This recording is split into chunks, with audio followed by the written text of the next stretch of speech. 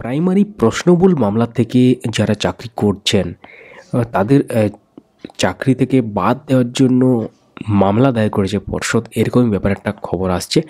তো case detail সহ বিস্তারিত আপনারা জানতে চলেছে এবং শেষ পর্যন্ত দেখতে থাকুন। চ্যানেলটিকে সাবস্ক্রাইব করে পাশের বেল আইকন প্রেস করে অল করে দেবেন, তাহলে ইম্পর্টেন্ট যে আপডেটগুলো সেটা মিস করবেন না। যারা ফেসবুক থেকে দেখছেন অবশ্যই আমাদের পেজটিকে ফলো করুন।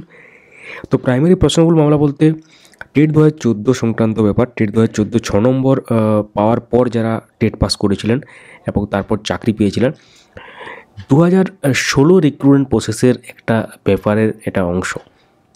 কেন বললাম একটু পরে আপনারা বুঝতে পারবেন। তো থাম্বনেল দেখে আপনারা অলরেডি বুঝে গিয়েছিলেন যে ভিডিওটা কী বিষয় হতে চলেছে, তাও আমরা ইন্ট্রোডাকশন দিলাম একটু। তো এটা হচ্ছে ব্যাপার, এবং তাহলে আমরা পরপর ব্যাপারগুলো দেখে নিই। দেখতে পাচ্ছেন স্ক্রিনে the West Bengal board of primary Education and others versus Soham Roy Chowdhury and others. Soham Roy Chowdhury and others versus, এটা কিন্তু একটা আলাদা মামলা ছিল আগে। সেই মামলার যে জাজমেন্ট হয়েছিল, সে অর্ডার হয়েছিল, সেটা কিন্তু আমরা দেখাবো একটু পরেই। দেখতে পাচ্ছেন লেখা আছে, sir please find attached here with the copy of the memorandum of appeal stay application and the application for continuation of delay along with all it's annexure, which will move before the Honorable Justice Harish Tandon and Honorable Justice Prashanth Biswas on 12/12/2024 or as soon as the business of the court would permit। তো এখানে দেখতে পাচ্ছেন এখানে date দেওয়া আছে একটা। তো এটা কিন্তু যে মামলাটা এবং তার যে ডিটেলসটা সেটা দেখতে পেলেন। এবার আমরা আসি যে কেসের যেটা সিনপসিস বা কেসের যে বিষয়বস্তু বলতে গেলে দেখতে পাচ্ছেন, being aggrieved by and dissatisfied with the judgement and order dated 5 September 2022 and 13 September 2022 passed by the honourable justice Abhijit Gangopadhyay in WPA number 5505 of 2022, Soham Roy Chowdhury and others versus the state of West Bengal others.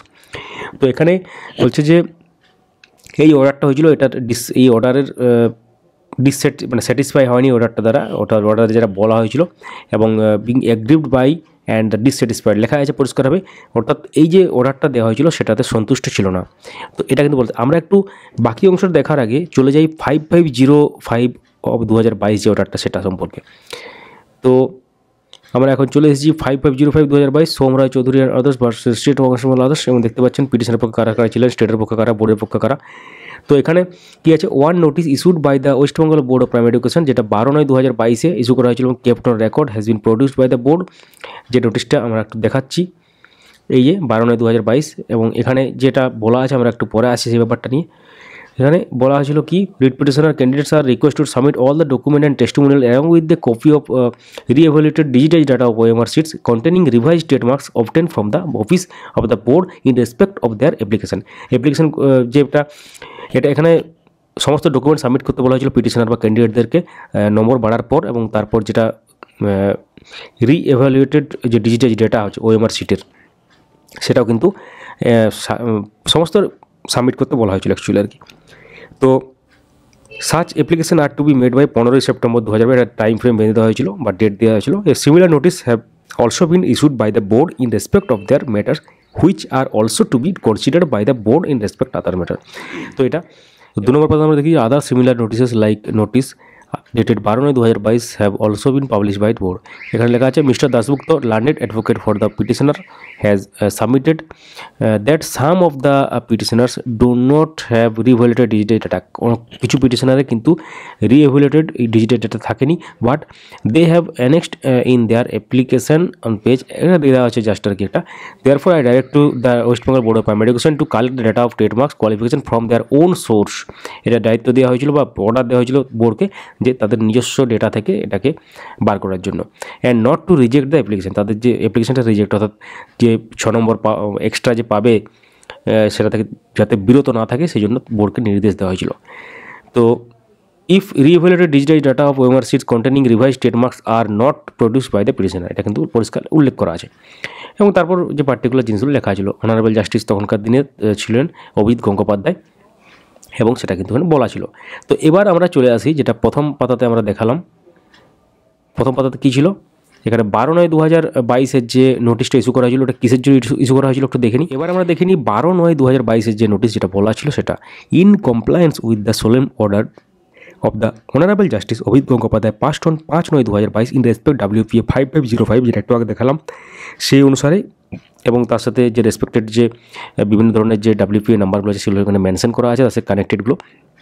তো I am directed to invite offline application from the writ petitioners of the said 6 petitions as mentioned above to recommend for allotment adhering primary school teacher recruitment rule 2016। তো এখানে পরিষ্কারভাবে উল্লেখ করা আছে এবং তাদের যে অফলাইন অ্যাপ্লিকেশনের জন্য ইনভিটেশন সেটা কিন্তু এখানে পরিষ্কার আছে। The petitioner candidates are requested to submit all document and testimonial academic training ID proof ইত্যাদি এগুলো দেওয়া ছিল পরিষ্কারভাবে আর কি, along with the copy of reevaluated digitize data of OMR sheets containing revise state marks. এটা কিন্তু বারবার বলা হচ্ছে কেন, কারণ এটা হচ্ছে 6 নম্বর পাওয়ার পর বা রিভাইজড রিএভ্যালুয়েটেড ডিজিটাইজ ডাটা যেটা সেটা কিন্তু এখানে ওএমআর শিটের সেটা কিন্তু অবশ্যই চাই, এখানে সেটা লেখা ছিল এবং সেটা লেখা ছিল অফিসে যেতে হবে বোর্ডের, এটা টাইম ফ্রেম বেঁধে দেওয়া হয়েছিল একটা নির্দিষ্ট সময়ের মধ্যে। এটা কিন্তু ছিল 12/9/2022। তো তারপর এখানে দেখতে পাচ্ছেন ইন্টারভিউ যে স্কুটনি ভেরিফিকেশান যেটা বলতে notification for scrutiny verification and interview aptitude test এখানে পরিষ্কার উল্লেখ করা আছে, অর্থাৎ যে কেস নম্বর উল্লেখ করা আছে এবং তার সাথে যে হয়েছিল যেটা আর কি 22/12/2021 এখানে উল্লেখ করা আছে। তো এখানে কী কী ডকুমেন্ট সেটা কিন্তু এখানে পরিষ্কার উল্লেখ করা ছিল। তো এখন ব্যাপার হচ্ছে তাহলে আমরা একটু সিনপসিস চলে যাই বাকি অংশটা। এটা দেখলেন যে আগের ব্যাপারটা কী হয়েছিল, যাই হোক। তো the respondent writ petitioners in order to appear the recruitment process of 2022 moved A writ petition number 92/2021 Wasim Akram Mondal and others versus the state of West Bengal others before the honourable court on the plea that in the event they are allowed 6 marks in terms of the judgment of the honorable court they would be declared to have passed 2014। এখানে পরিষ্কারভাবে বলা আছে 6 নম্বর page যেটা পাসের ব্যাপার সেটা কিন্তু লেখা আছে এবং consequently they would be entitle to appear the recruitment process 2020, মানে 2020-তে রিক্রুটমেন্ট প্রসেসে অংশগ্রহণের যে একটা ব্যাপার সেটা কিন্তু এখানে লেখা আছে। Pursuant to the order passed by the honourable court the appellant board published a list declaring the names of the candidates who would pass state 2014 in the event they were allotted 6 mark. তো এখানে বোর্ডের বক্তব্য লেখা ছিল যে 6 নম্বর দেওয়ার পর কারা কারা পাস করবে তার যে লিস্ট সেই কথাটা এখানে উল্লেখ করা আছে। And consider their candidature for the recruitment process 2020 recruitment process এখানে উল্লেখ করা আছে 16,500 যে ব্যাপারটা। Respondent with the petitioner hearing that the finding the learned single জাজ that the respondent writ petitioners can not be deprived of the opportunity of recruitment in connection of the recruitment process 2016 because of the fault of the board is erroneous and misplaced inasmuch as the alleged fault of the board is not any negligent and deliberate action of it, and the respondent writ petitioners cannot be deprived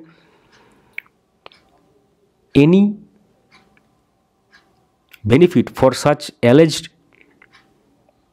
এখানে উল্লেখ করা আছে fault for the of the board in respect of the things which have already happened and reached its final and logical conclusion 6 years before. তো এখানে যেটা main ব্যাপার board চাইছে যে ওই যে পুরনো একটা কেস ওই কেসের সাপেক্ষে ওই কেসটাকে দেখিয়ে বারবার যাতে না চাকরি দাবি করে সেই জন্য বোর্ড চাইছে যে এটাকে একদমই মানে জিনিসটাকে শেষ করে দিতে, ব্যাপারটাকে এই ঝামেলাটাকে একদম মানে শেষ করে দিতে। তাহলে পরবর্তী ক্ষেত্রে কী হচ্ছে 2016 রিক্রুটমেন্ট প্রসেসে এবং এই কেসটাকে দেখিয়ে আগের কেসটা দেখিয়ে এগুলোকে যাতে না আর চাকরির দাবি করতে পারে, এটা হচ্ছে মেন ব্যাপার। এবং বোর্ড চাইছে প্রশ্নভুল মামলা যারা চাকরি করছে 2 বছর পর, ধরুন 2022-এ ধরুন যদি চাকরি পায় 2024-এ দাঁড়িয়ে আমরা কথা বলছি 25 সাল মানে আসতে চলেছে।